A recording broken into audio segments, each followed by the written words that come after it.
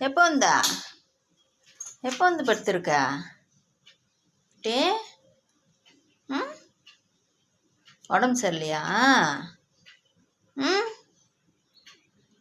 Dose ஏப்பா மூக்கில் சளி எட்டி எட்டி பார்க்குதம்மா. ம் எப்போ வந்து படுத்த நீ? நான் துணி காய வைக்க போனேன், வந்து படுத்துட்டியா? ம் பசிக்கலையா உனக்கு? சாப்பிட்லையா? ம் குட்டி பசி இல்லையா உனக்கு? அண்ணன் எப்படா வந்தான் குட்டி? ஓ கோவம், அண்ணன் வந்தது பிடிக்கல. ம் சொல்ல இஷ்டம் இல்லை அவருக்கு பதில்.